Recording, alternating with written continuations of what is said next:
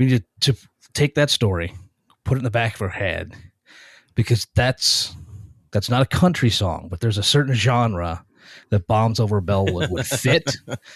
So we just remember that for the next genre we move to. I don't know what genre that would be. Nor do I. I don't either, but something tells me that to get this song to full fruition, I'm going to have to learn how to play the flute. So it's a journey I'm willing to take. It's alt twee indie skiffle. Gesundheit.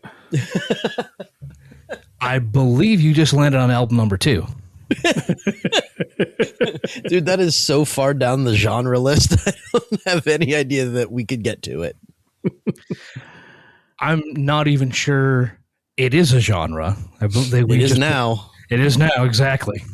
Making new genres and making new podcasts right here in the Fairly KickAss genre creating podcast.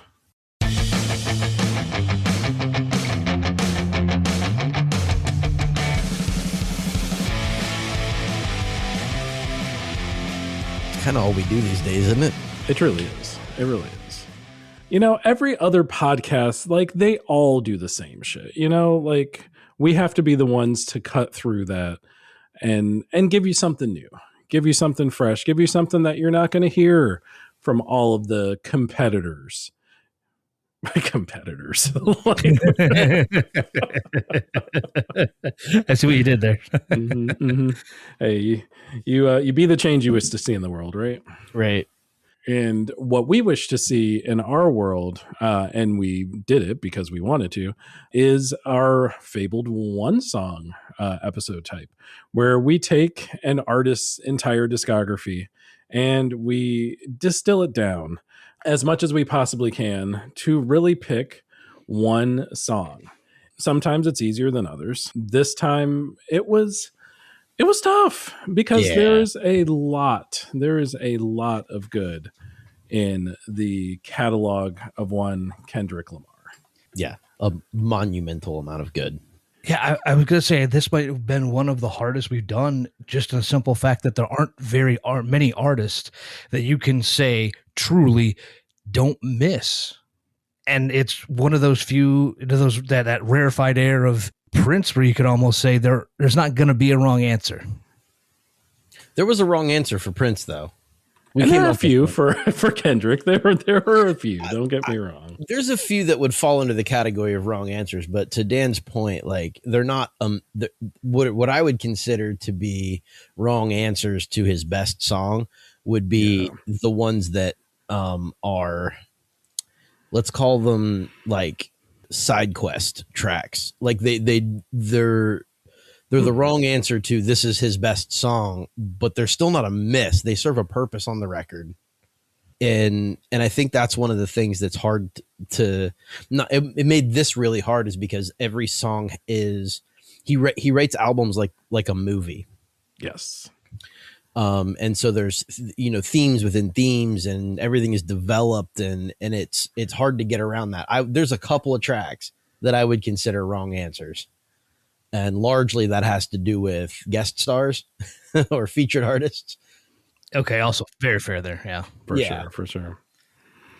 Yeah. You touched on it perfectly, Jay. Like, Kendrick Lamar is quite possibly the best rapper alive.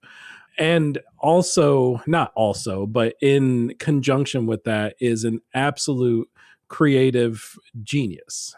And I think that is underselling it to state that this man is a mastermind and has been for a very, very, very long time. Yeah. It goes beyond lyricism. It goes beyond flow. It goes beyond beats. Like you said, it's cinematic. Like, there could be a Kendrick cinematic universe. I think there is. I think we live in it, and we're all the better for it. Agreed. Drake would also reluctantly agree. To find the time with everything that this man had going on to just bang out a couple of diss tracks, one of which ended up being one of the most popular songs of the 2020s. What? How did you do it? When did you do it? Yeah, and I was a little surprised because I didn't remember it happening. I guess I just wasn't paying attention to lyrics too much, but I was a little surprised to find that beef between those two had actually started long before things. There's a random lyric on, I think it was somewhere in the middle of To Pimp a Butterfly. Mm-hmm. I mean, I didn't clock and write down which song it was, but that was, I was not surprised is the wrong word, but I was like, man, I knew it had been going on for a while, but not that long. There are many facets to this. There are many, like you said, side quests and others that had gotten involved. J. Cole got in there and then decided that he didn't really want to be in there. And Zoop. The Weeknd was a side quest for a little bit and was a side player in that whole thing. And yeah, there was just a ton there, and a ton that there was even off album for both of them. Yeah, like you said, it was literally just, I'm doing this in my spare time.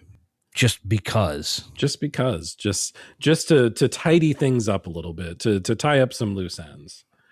But when you are the level of artist, there are 7 people on earth that have 27 or more Grammy Awards.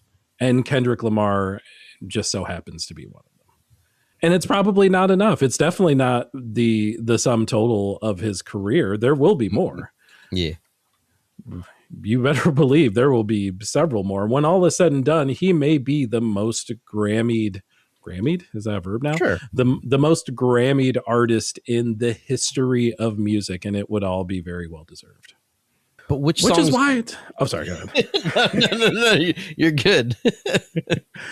But no, it's just, that's why it's so hard to pick. Like, they're all so great. Every single track, every album, several of the mixtapes, there are some earlier things. As when we're young, we are not the best versions of ourselves, truly. But once he's hit his stride, there was no stopping him. Yeah. All right, so what songs did we pick as his greatest songs? Let's find out. Perfect segue. I love it. Let's see what our batting order is going to be. As far as format goes, we do it like we've always done it. If you are new here, we each get 2 minutes to plead our case with whatever props that we would like to use. Considering that this is a audio medium, props are really, really difficult. We go in order. And then we discuss, we deliberate, and we throw it to you, dear listeners. We'll tell you how at the very end, how to get in touch with us and let us know if we are right. Our batting order is going to be Dan, followed by me, and ending with Jay. We got a clock coming up for you, Dan. Give me 2 seconds. I'm good. This is going to be interesting because to break the fourth wall, earlier today, before we talked about this, I confessed to these two gentlemen that I may have been slightly inebriated when I initially wrote about my song. And it was like, 2 a.m. on a Sunday. And I was like, I'm going to need to go back and edit. And today I did. And Google tells me it's still going to take me 3 minutes and 24 seconds to say all this. So let's see how good I fucking am. I didn't know Google would do that. I should try that instead of reciting it to myself over and still fucking it somehow. I mean, I'm going to see how bad I screw it up. Let's try this. Yeah, I got your clock whenever you're ready. Alrighty. Without using all of my time telling stories, way back in the day, several years and music sharing platforms ago, Zach and I started building a playlist as a way to just share music that we found. Something we kind of stopped doing once it moved over to Spotify because, we kind of do it with the show now, but not before that massive collab playlist grew to over 71 hours long. And in that massive amount of music came an artist that took one listen, and I knew I was listening to someone special, someone different, someone whose artistry would find a way to rise above not only their own genre, but music in general. Zach had given me my first taste of Kendrick Lamar, and with it the epic and emotional track that could rightfully be called his best from 2012's Good Kid, Mad City, Sing About Me, I'm Dying of Thirst. Thankfully, I feel okay going all the way back nearly 15 years for his one song because, as we just talked about, K.Dot is in that rarefied air where very few answers are going to be wrong. And don't get me wrong, Damn is an absolute masterpiece top to bottom. GNX hasn't left my daily mixes for more than a year, but there's something about this 12-minute magnum opus that hits on a different level. A lyrical monument to the duality that Lamar was living. A literary tale about reconciling life in the streets with the man trying to survive and escape the life. Lamar reconnects with two stories he told in previous songs, continuing where many would stop, dealing with the consequences of those left behind after the cycle of violence takes another life. Bridged by the raw emotion of voices coming to grips with death and the overwhelming desire for revenge, the back half of the track tackles the spiritual, seeing Lamar wrestle with faith and the biblical imagery of thirst, and that of wanting retribution and wanting the never-ending cycle to end before the fires eventually consume them all, ultimately leading to a literal come-to-Jesus moment led by the voice of Maya Angelou herself. Look, I can't do it proper justice in 2 minutes, which helps explain why the track has been studied by English students in college classrooms across the country since its release, and that may understand why I'm putting up Sing About Me, I'm Dying of Thirst as Kendrick's one song. Despite the fact that I totally fucked you over and forgot to give you any sort of marks, you still were under the bell. Okay, I had myself 6 seconds over even with the good stumble. You got a grace few seconds. Also, I told you nothing because I was scrambling to do something behind the scenes. Don't even worry about it. But yeah, how can you dispute that as just an opus, an absolute opus? Well, we talked a little bit off air about how we were going to do this, and I thought I was going to be behind because the two of you were immediate, like, I only had to remind myself of a few things, and that's not how I do this. Even if I'm familiar, I still want to go back and give a fresh listen to everything, and this is what I did. But there's a reason that one track, and it tells you how much of an impact it made. I remember what I was doing when I first played it and stopped, because I was still living and working out in Oregon, working stupid hours.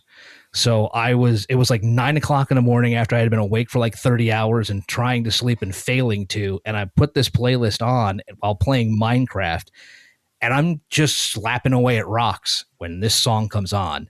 And I fucking stopped everything I was doing and had to focus on this song. I also then didn't sleep for another 8 hours, but that's beside the point. That's not that's not the point. The fact that it's really rare, especially for me, because concussions affect the memory, where I can remember something from that far back having that much of an impact that I had to stop what I was doing. And it lives like that in the memory. I had that actually third on my list from that record, weirdly enough. And not because that's the thing. Yeah. So Good Kid, Mad City is low key probably my favorite of his albums. Yeah, same. Because it's so varied. It's a little bit all over the place. And I had that listed as third, and I think it got knocked down just a couple of points because it falls immediately after Drank on the record. Yeah. Yeah. I did like how you said that. Drank. Well, how else would you say that? Come on. No, that's true. It can't be Drank. It's Drank. Right. Yeah, that album is perhaps more than other albums of his, just all over the place in the best possible way. Yeah. It's not the only one that's like that, but it's definitely like that. So no, I have no notes about that. Like that whole record is one that I will just put on and jam like all day. Yeah. It's not his only piece of work that you could consider literary. No, God, no. But I would, like I said, obviously I would consider it one of his best. Yeah, a tragic end to a beautiful story throughout that entire album. Even the sillier bits still like paint the picture of the story, of the theme.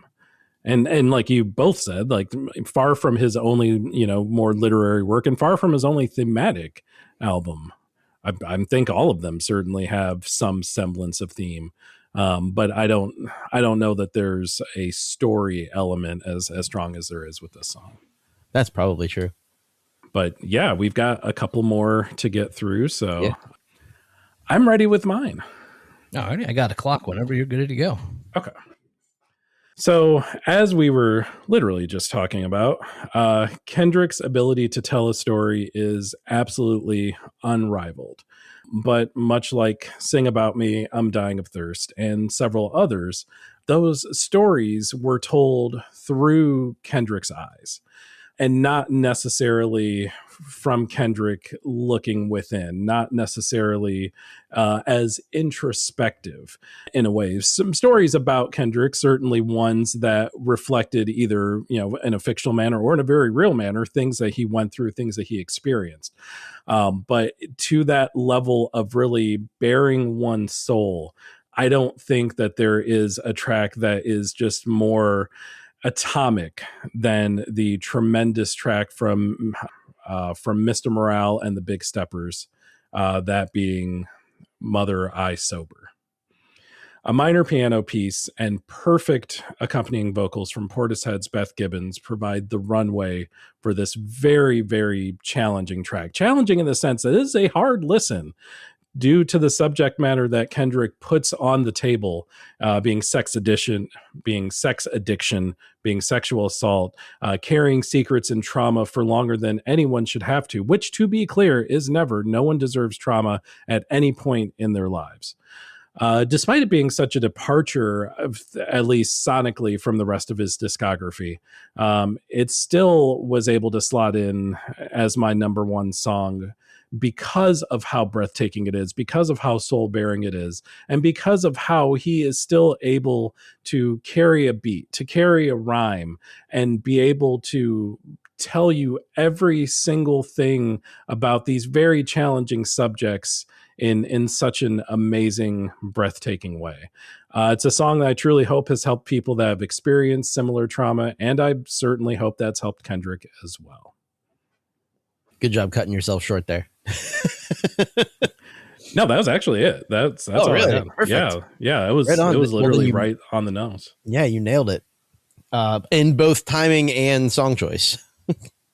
This is another, I want to be able to argue, and that doesn't work here. This one's a hard one to like this artist, right? And you're muted. We've done ones before that really that song, but yeah, this one's tough. Yeah, man. I don't agree with your pick. Obviously, I have a different pick, but that doesn't mean I disagree with your pick. I feel that. Right? I was gonna say I completely agree. Even much like you, I look at a pick and go, I wouldn't have been my pick even off of this album. It might be number 2. And not because it's a hard song to listen to, because it is raw. Yeah. And if you're not in the right state of mind, it will completely knock you backwards.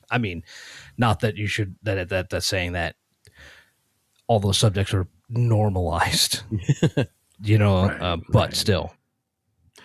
That's actually, just thinking of that album, I feel like of all of the Kendrick albums, this is maybe the one that gets not left by the wayside, but maybe the one that doesn't get the love that it deserves, I think, out there in the wild, because it deserves a lot of love. This was a tremendous album, every bit as great, maybe a tiny bit long in the tooth, with 27 tracks, but yeah, there are some absolute stunners on this album.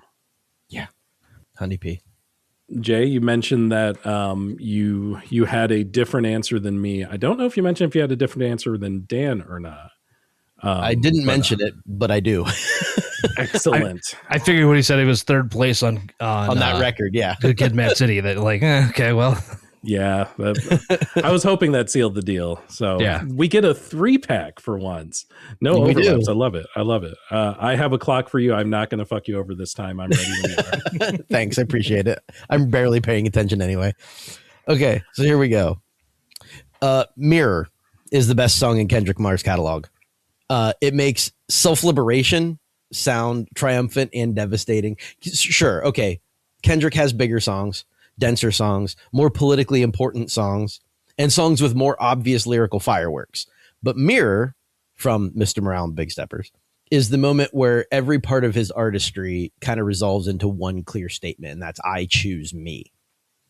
The production is stunning because it doesn't beg for attention, which is true of that entire record. The production does not beg for attention. Produced by a host of individuals, including longtime collaborator Soundwave and a bunch of others, but Has this glowing, almost weightless momentum, soft percussion, shimmering synths, a pulse that feels like forward motion after an emotional paralysis. It sounds like the credits rolling after a therapy session, a family argument, public confession, and a spiritual exorcism. Lyrically, Mirror is Kendrick at his most honest because he's not trying to be the savior here. After an album full of trauma, family history, guilt, ego, therapy, faith, contradiction, he arrives at a conclusion that is almost shocking in its simplicity. He can't heal everyone else by abandoning himself. It's not selfishness, that's survival. He repeated, the repeated, I choose me works because it's not a flex. He's creating a boundary. His flow is also quietly brilliant here because he's not attacking the beat like on DNA or levitating over it like on All Right. He's pacing himself. He lets the phrasing breathe, allows the song to feel like a hard decision being made in real time. It's clean. It's reflective. It's maybe a little not as complex as some of his other work, but that doesn't make it any less interesting. And content-wise, it's the thesis of his entire career. It makes it not just a great closer for Mr. Morale and the Big Steppers, but maybe his most complete song. Beautiful, painful, mature, restrained, and absolutely earned. And another one right at the bell. Very, very well done. Very Thanks. well done. Very well picked. Like you mentioned, like this is not my answer, but it's not the wrong answer. And I will at least grant you that I feel like this is pretty much by far the best album closer of any of his albums. I think I can say that with confidence. And that's coming from someone who does an amazing job at selecting his album closers. Mm-hmm. Yeah. Look at Gloria from GNX. Yeah, everything feels like it is exactly as Jay put there, the theme song for the end credits. If he finds a way to put everything into perspective in that final song, forcing, if you're paying attention, you're forced to look at each album as a full piece. And it's definitely not something that is every artist is capable of doing. It's definitely not something every rapper is capable of doing, of constructing his work like that. Yeah. And I honestly, from my personal listening perspective, I know, Dan, you made a comment a little bit ago talking about how Damn was a masterpiece from front to back. And that is probably my least favorite of his albums. And by probably, I mean, it absolutely is my least favorite of his albums. To the point where like I was into To Pimp a Butterfly when it came out, and then Damn came out and I kind of lost interest. Mm-hmm. And then Mr. Morale dropped and I was like, oh, never mind. I'm interested. We so back. Right. So like, it's not that in hindsight, I don't dislike Damn, but it is the weakest to me of his material. And I know there's a lot of people that would argue with that. I mean, yeah, I don't know if I wouldn't put it. That's so tough because like, yeah, to me, I don't know that I could like that I would be qualified necessarily to say best or worst. I know my least favorite of the studio albums is To Pimp a Butterfly for sure. Really? But it's hard for me. I can't say it's a bad album because it's not. It's a great album, you know? It's such a hard question to answer. Right. Like when you give everything 5 stars, how do you decide what should really get 4.9 stars instead of 5? Exactly. That's the interesting question. Yeah, I guess that's where we're at too. But weirdly enough, like the thing you mentioned, Zach, about To Pimp a Butterfly, 3 of my honorable mentions are from that record. Same. 3 of mine are too. It's I don't know that we've had such a I don't know. I don't know if we've had one. We've had some very awesome transcendent artists that we've covered in our one songs, but man, Kendrick's just built different, dude. He just is. Yeah. So what did almost make the final cut? What is on that honorable mentions list for you guys? Yeah, Dan, after you. I kind of right now I've kind of kept mine to 3. Off of the aforementioned To Pimp a Butterfly, I had The Blacker the Berry. I had Humble on Damn because just looking at it from a writer's perspective, I can't call that my least favorite album because of that. Yeah. And like clearly the writers thought it was pretty okay. They gave it a Pulitzer Prize. You know, Yeah, you'll have that. You'll have no big that. deal. No big deal. And then it would have been really easy, I think, to pick anything off of GNX to go with just out of recency. And I didn't want to say I specifically fought that recency bias because it wasn't it, but I would have gone with Squabble Up if you had to make a pick off that record. Oh yeah. Yeah, that's what made the honorable mentions even hard. Like I admittedly have 26 of them, but that's the problem. But a lot of them are the ones, like you said, they're the more popular songs, several songs from GNX. So did you have any other ones, by the way? I didn't want to cut you off if you were. No, that's okay. Because again, we were talking about, you could probably literally just start lining up track lists and that would pretty much fit. Yeah. Wouldn't have to do a whole lot of editing from there to get a full complete list. Well, I'll at least break the fourth wall a little bit and tell you that I did have a full one song written for Sing About Me, I'm Dying of Thirst. And you, everything you said was everything I said, but just way better. So I had to end up going with my backup plan. It was a 1 and 1A sort of situation between Mother I Sober and Sing About Me, I'm Dying of Thirst. Both of them are absolute masterpieces. I won't go through all 26 of these because, again, that's 26 songs. But I do want to at least shout out some of Kendrick's earlier work before he was known as Kendrick Lamar, back in his K.Dot days. A lot of that is just mixtapes. It's just, him rhyming and rapping over existing beats. It's good, and you can certainly hear some of the flavor of what would become of the Kendrick Lamar we know and love today. But one track off of his second mixtape, Training Day, that I thought was really, really great was Dreams, featuring the artist Punch. Also, the Heart series, I think we're up to part 6 now. Part 2, it was the very best for me off of his last mixtape, Overly Dedicated. Just Kendrick at his storytellingest best there. Speaking of Overly Dedicated, do not sleep on this mixtape. To me, it's basically the 7th Kendrick Lamar album. It is fantastic. It is not completely fantastic because there are some really dog shit songs on this mixtape. Alien Girl, I'm Looking at You. Cut You Off to Grow Closer, I'm Looking at You as well. However, there is also Ignorance is Bliss, which is a great song, and the kind of corresponding track to Cut You Off, which is Growing Apart to Get Closer, featuring the great Janae Aiko with some just beautiful, beautiful vocals. You mentioned Humble, Dan. I would also include Loyalty and Pride for one of the best 3-song runs that I would put up against any album of any kind. Back to back to back, just stunner. And yeah, I will cut myself off. Otherwise, I'm going to go through another 10 tracks. So, Jay, I'll hand it over to you. But are you cutting yourself off to get closer? Not if it sounds like that song does. It's so ass. I will throw one more off of Overly Dedicated on this list, and that was Barbed Wire. Because it is a little bit more on the absurd side, which I really appreciated.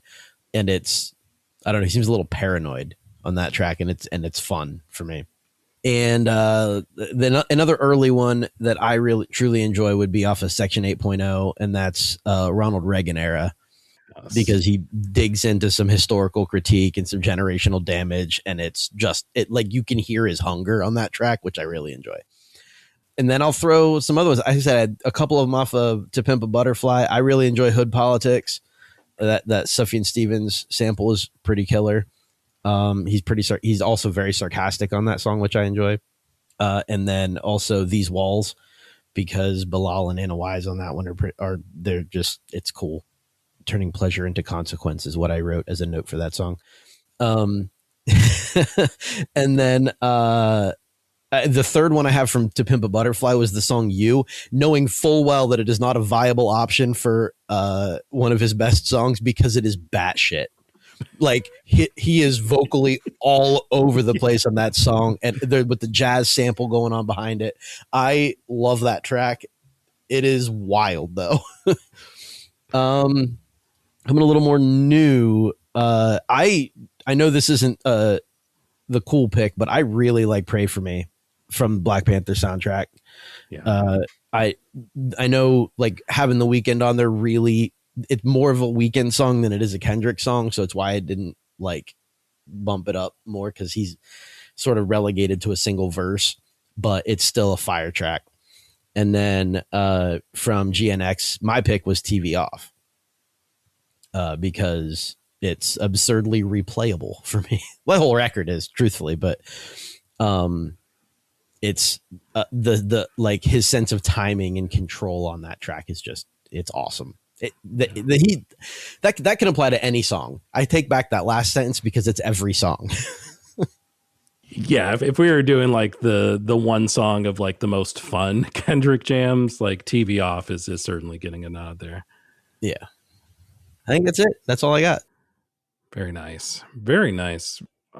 Yeah. What else do you say about a legend? We get to witness. This is one of the rare times that we know that someone's a legend while they're still doing their thing, while they're still with us on this earth, and it's amazing. We that doesn't happen all that often. So I am glad that we get to, of all the ills and all the terrible things that happen in this world, I'm at least glad that a silver lining is that Kendrick Lamar is also in it. Word. And I'm really glad I took a second to Google, and I want to take some time to dive into this, because people are starting to put a few things together from literally today that we may be close to a new mixtape. Kendrick, my guy. And every single song that has anything to do with ice or being cold, you know exactly where that is. So here's hoping. Man, we're going to have to run this back. We just did this. We're going to have to run this back. We had to be part 2 here in like 9 months. The fart part 2. and with possibly the dumbest pun I've ever put on you guys. No, don't. That's I wouldn't even. I wouldn't. Don't do that to yourself. I have done standards. So much worse here. Let us know how much worse we've done or could possibly do with our puns or with these 3 tracks. Did we nail it? Did we accidentally trip on one in our honorable mentions? Did we just miss one altogether? Again, we're talking 6 studio albums. We're talking, I think, 5, soon to be 6, apparently, mixtapes, features here, there, and everywhere. There's a lot of meat on this bone to choose from. So let us know what y'all thought of what our picks were and what you would pick differently. At Fairly KickAss, Blue Sky, Instagram, Threads, TikTok, fairlykickass.com, fairlykickass@gmail.com. And, of course, wherever you get your podcasts, search for us. Where you're listening now is one option. There are many other options to choose from. We should be, hopefully, maybe past our YouTube music issue by the time you hear this. So that becomes another option for you. iHeartMusic and Apple Podcast are a couple of others as well. Search for Fairly Kickass wherever you get your podcasts, and you'll find us. Gentlemen, is there anything that you would like to bring up before we make our exit from the good ship Kendrick? I think I got a new one there. Are you ready? Yeah, please. The Fairly Kick-Ass Podcast, lowering your podcast standards since 2020. No arguments. Nailed it.